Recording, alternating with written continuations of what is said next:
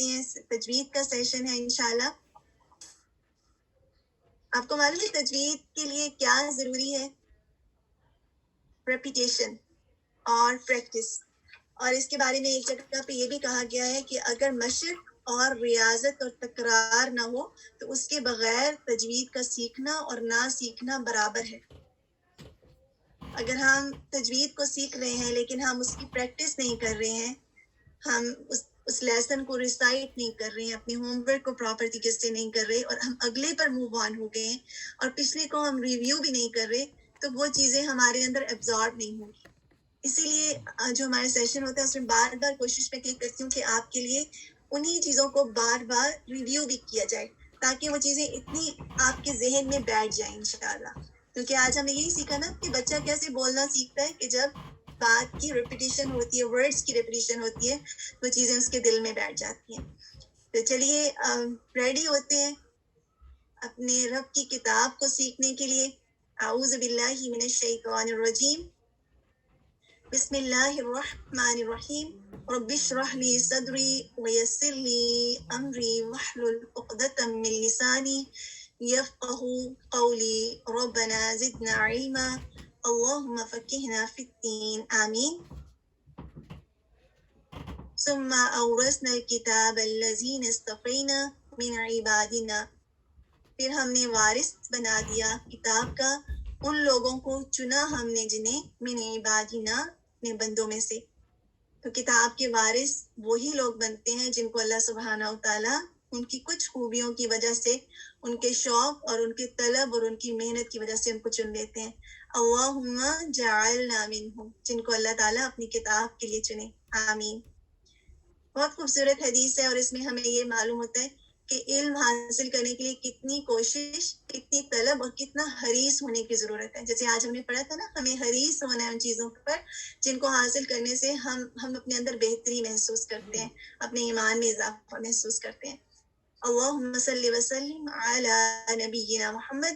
حدثنا عمر بن حفص حدثنا ابی حدثنا الاعمش حدثنا مسلم عن مسروق قال قال عبد الله رضي الله عنه والله الذي لا إله غيره ما أنزلت سورة من كتاب الله إلا أنا أعلم أين أنزلت ولا أنزلت آية من كتاب الله إلا أنا أعلم فيما أنزلت ولو أعلم أحدا أعلم مني بكتاب الله تبلغه الإبل لركبت إليه.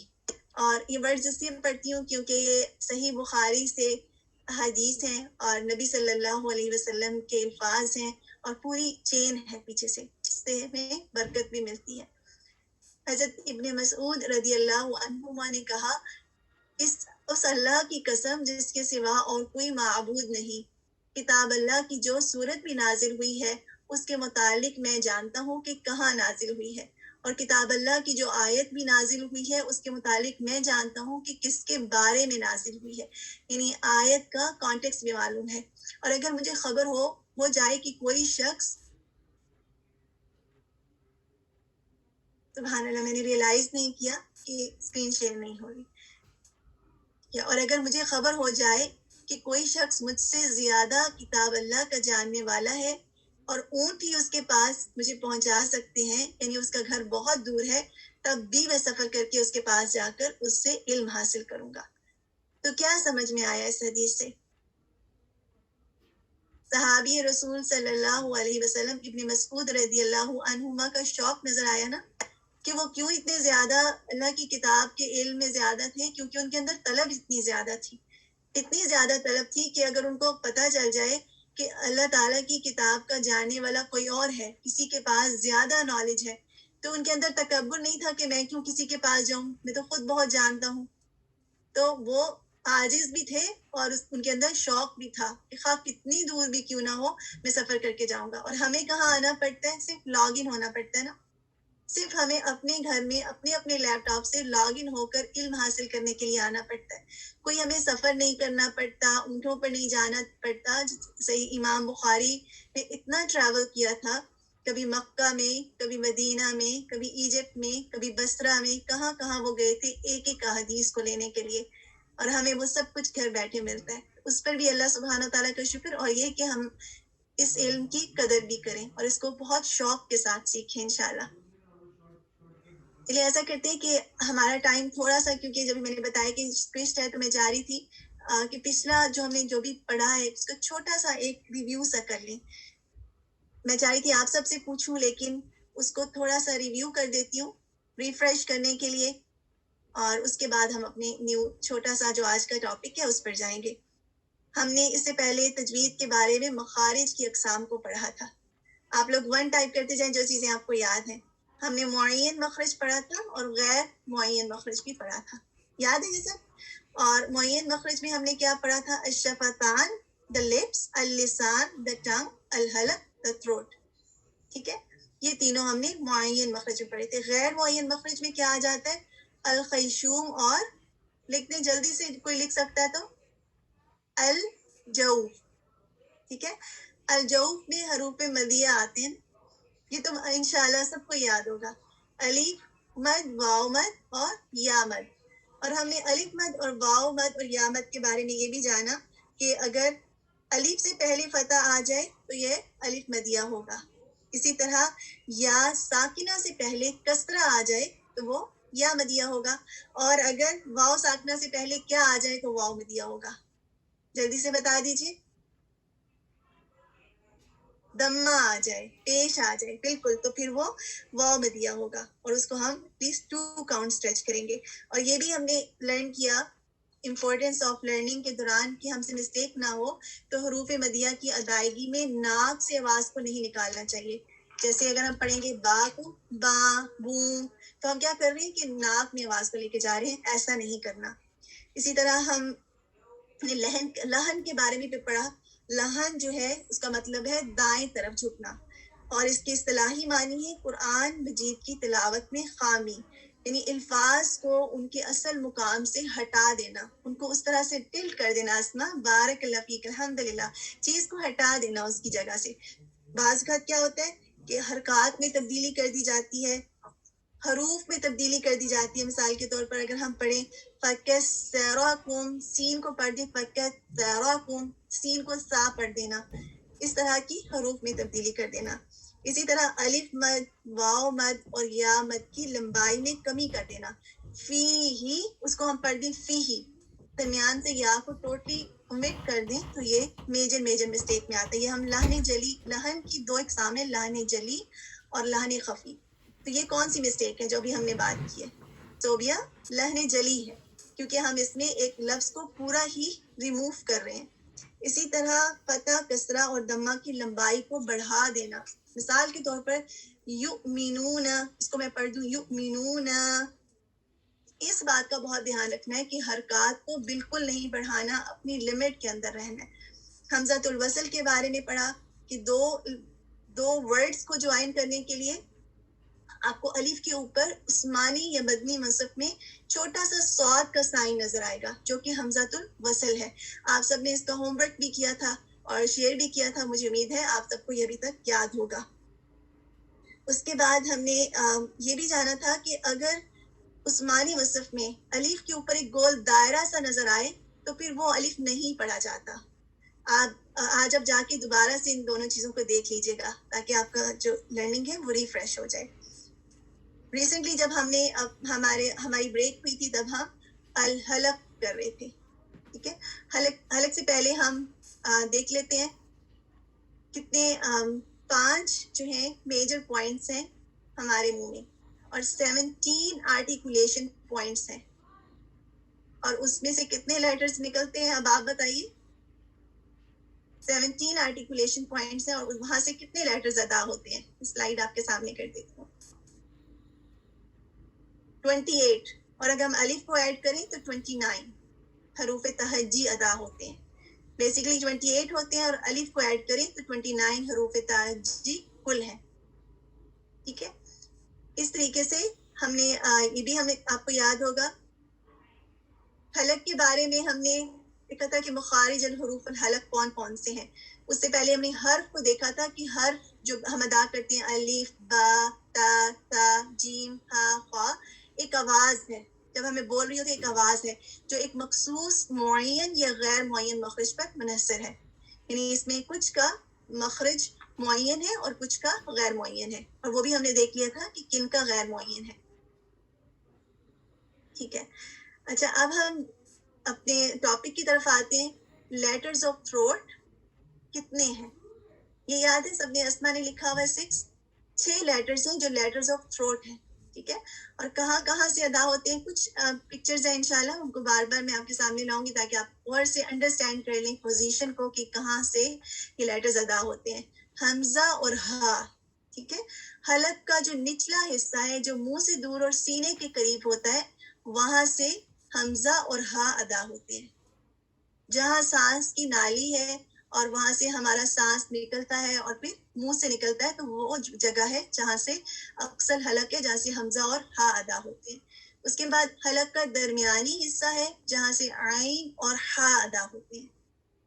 ہمارا جو ٹاپک تھا وہ ہم غین پڑھ رہے تھے. غین کہاں سے ادا ہوتا ہے یاد ہے؟ سوری, وسط الحلق ہے. حلق کا درمیانی حصہ جہاں سے عین اور ہا ادا ہوتے ہیں, وسط الحلق, مڈل آف تھروٹ. ادن الحلق جو ہے وہاں سے غین اور خا ادا ہوتے ہیں. اور ادن الحلق کہاں ہے؟ حلق کا ابتدائی حصہ جو کہ منہ سے قریب ہے اور زبان کی جڑ کے پاس کا حصہ ہے جہاں پر سافٹ پیلٹ ہوتا ہے. اس کو ہم دیکھ بھی لیں گے انشاءاللہ. بگننگ آف تھروٹ, بالکل سادیہ. آج ہمارا لیسن نمبر 13 ہے. لیٹر خا کو جانتے ہیں. لیٹر غین کو ہم نے دیکھا تھا. اس سے پہلے کہ ہم جا کے اس کی پراپر امیجز دیکھیں, پہلے یہ دیکھ لیتے ہیں کہ ہم نے خواہ کے بارے میں کیا کیا جاننا ہے انشاءاللہ. ٹھیک ہے, تاکہ آپ کی مائنڈ میں کلیئر پکچر ہو کہ ہم کیا سیکھیں گے. آج ہمارا ٹاپک کمپلیٹ نہیں ہو سکے گا, لیکن انشاءاللہ ہم اس کو کنٹینیو رکھیں گے. سب سے پہلے یہ کہ خواہ کا ریجن کہاں ہے, کون سا ایریا ہے. جیسے ابھی ہم نے بات کی کہ روٹ آف دا ٹنگ اور ہمارے حلق جو پیلٹ ہے اس کا سافٹ حصہ, یہ وہ ریجن ہے جہاں سے خواہ ادا ہوتا ہے جو کہ ادن الحلق ہے. اس کے بعد ہم یہ بھی دیکھیں گے کہ خواہ کی آواز بلند ہوتی ہے یا دھیمی ہوتی ہے. ایک یہ ہم سیکھیں گے.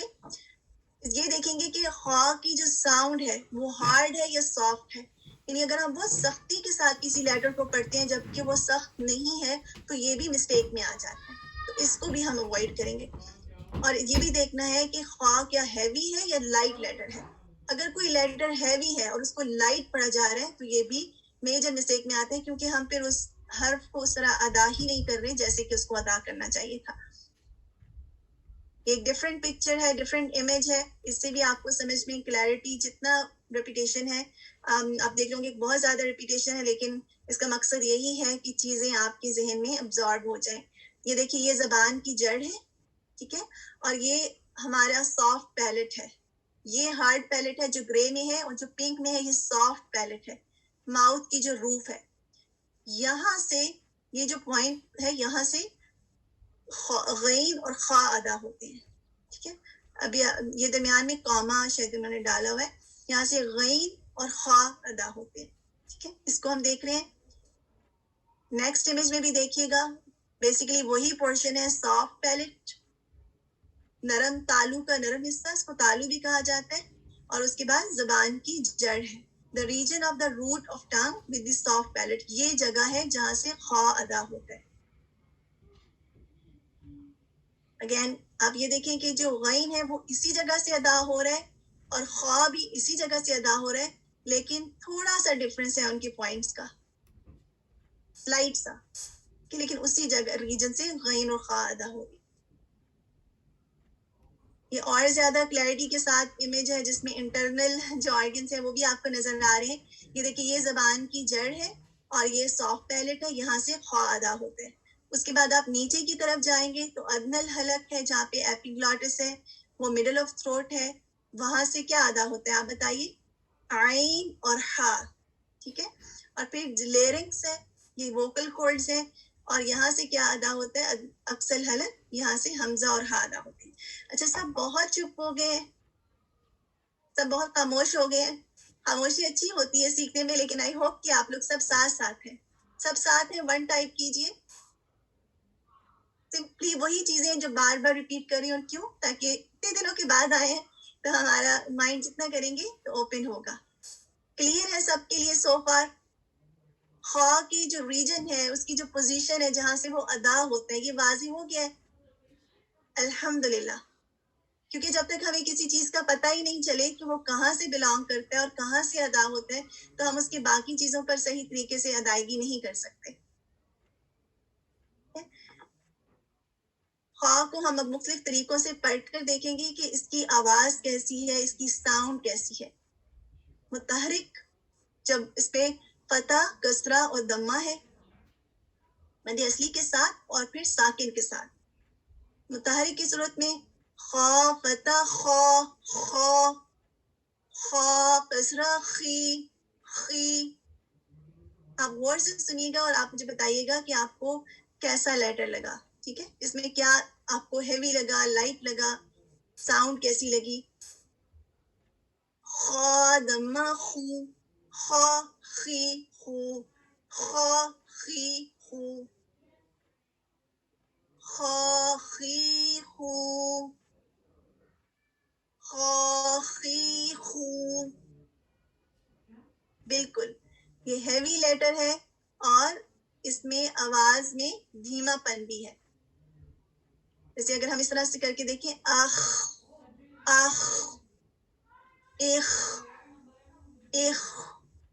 اور آپ دیکھیے کہ جب میں ایخ کہہ رہی ہوں تو آواز جاری رہ رہی ہے. ایسا نہیں ہوا کہ ایک دم سے بند ہو جائے. جیسے اج اج، اس میں کیا ہو رہا ہے کہ آواز بند ہو رہی ہے ایک دم سے. لیکن ایخ، اس میں آواز بھی جاری رہ رہی ہے اور سانس بھی جاری رہ رہی ہے. آپ کر کے دیکھیے کہ آپ کی سانس بھی جاری رہ رہی ہے اور آپ کی آواز میں بھی کنٹینیوٹی ہے. آج کے لیے صرف یہی پریکٹس کریں انشاءاللہ. اس کے بعد ہم اس کی ڈیٹیلز کو بھی دیکھیں گے انشاءاللہ. آخ ایخ اوخ، آخ ایخ اوخ. خواہ کی جو آواز ہے وہ نرم ہے اور اس کی وجہ کیا ہے؟ جیسے ہم نے ابھی بات کی کہ آپ نے خود بھی ابھی پریکٹس کیا ہوگا، آپ نے نوٹس کیا ہوگا کہ آواز جاری رہتی ہے، کوئی بلاکیج نہیں ہے.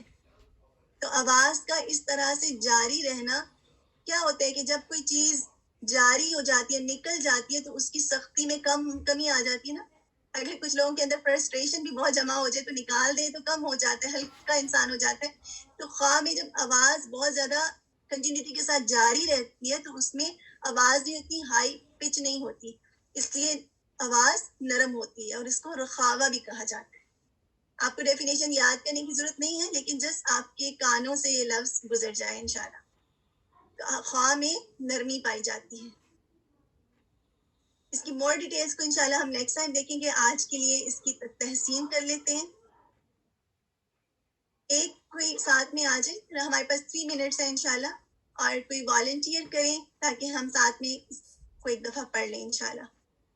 اور پھر یہی جو آپ کے سامنے شیٹ موجود ہے، یہی آپ کے اسٹوڈنٹ پورٹل میں ڈال دیں گے. اسٹوڈنٹ کا جو گروپ کا جو آپ کا گروپ ہے، اور اسی کو آپ نے ریکارڈ کر کے اپنے اپنے گروپ میں ایز این ہوم ورک بھیجنا ہے.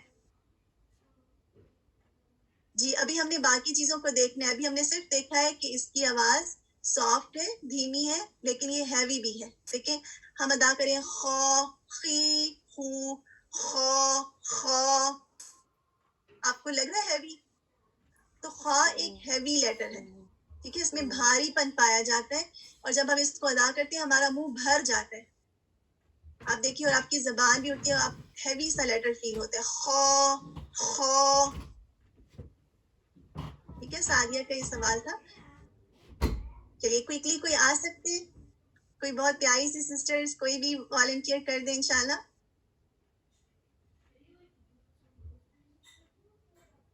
اوکے ماشاءاللہ. خدیجہ آپ لے لیجیے.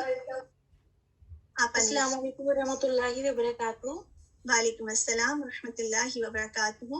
ایک بار آپ میرے ساتھ پڑھیے گا اور دوسری بات آپ پڑھیے گا انشاءاللہ. جی. بسم اللہ الرحمن الرحیم. بسم اللہ الرحمن الرحیم. آخ. باقی سب بھی ساتھ پڑھیں، لیکن خدیجہ کی آواز آ رہی ہے تاکہ مجھے بھی پتا ہو کہ کہاں پہ کس طرح سے فکس کرنا ہے انشاءاللہ. آخ آخ. گڈ. آخ آخ. خا قا خی خی خو خو خا. خا. اس کو خو نہیں کرنا. باقی سب کے لیے ریمائنڈر کہ اس کو خو نہیں کرنا کہ آواز او کی طرح ہو جائے. خو. خا. الحمدللہ بارک اللہ فیک. خی خی خو خو خا خی خو. خا خی خو. خالدین خالدین خالدین خالدین خالدین خالدین یخرج. یخرج گڈ الحمدللہ. یخرج. یخرج. آپ دیکھ رہے ہیں نا کس طریقے سے خواہ میں ایک اس کی خاص ایک کریکٹرسٹک پائی جاتی ہے جیسے خراش سی آپ محسوس کرتے ہیں. تو یہ ساؤنڈ میں جاری رہنے کو ظاہر کرتا ہے. تو یہ اس کی کوالٹی ہے. اس کو آپ نے اس کے رکھ کر اس کو ادا کرنا ہے انشاءاللہ. یخرج یخرج خلال خلال خلال. خلال. ایک بار پھر پڑھ لیتے ہیں. خی. اس میں خواہ ہیوی پڑھا جا رہا ہے یا لائٹ پڑھا جا رہا ہے؟ خدیجہ آپ بتائیے. کسرہ کے ساتھ خواہ ہیوی پڑھا جا رہا ہے یا لائٹ پڑھا جا رہا ہے؟ ہیوی. کسرہ کے ساتھ یہ اس طرح سے ہیوی نہیں ہے جس طرح فتح یا دمہ کے ساتھ ہے. اس سے قدرے لائٹ ہے. ٹھیک ہے. اور ہم اس کو کوشش کر کے ہیوی کرنے کی کوشش بھی نہیں کریں گے. اس کی ادائیگی اسی طرح سے ہوگی. خی خی خی خلال. خلال. الحمدللہ. جزاکم اللہ خیرن کثیرہ. جزاک اللہ خیر خدیجہ. آپ سب اپنا ریویو کیجیے گا, اس کی پہلے پریکٹس کیجیے گا, اور اس کے بعد ریکارڈنگ کر کے آپ نے اپنی اپنی گروپ انچارج کو بھیجنا ہے اور وہ انشاءاللہ آپ کی کریکشن کریں گی. جزاکم اللہ خیرن کثیرہ. اپنے نیکسٹ ٹاپک پر جاتے ہیں. آج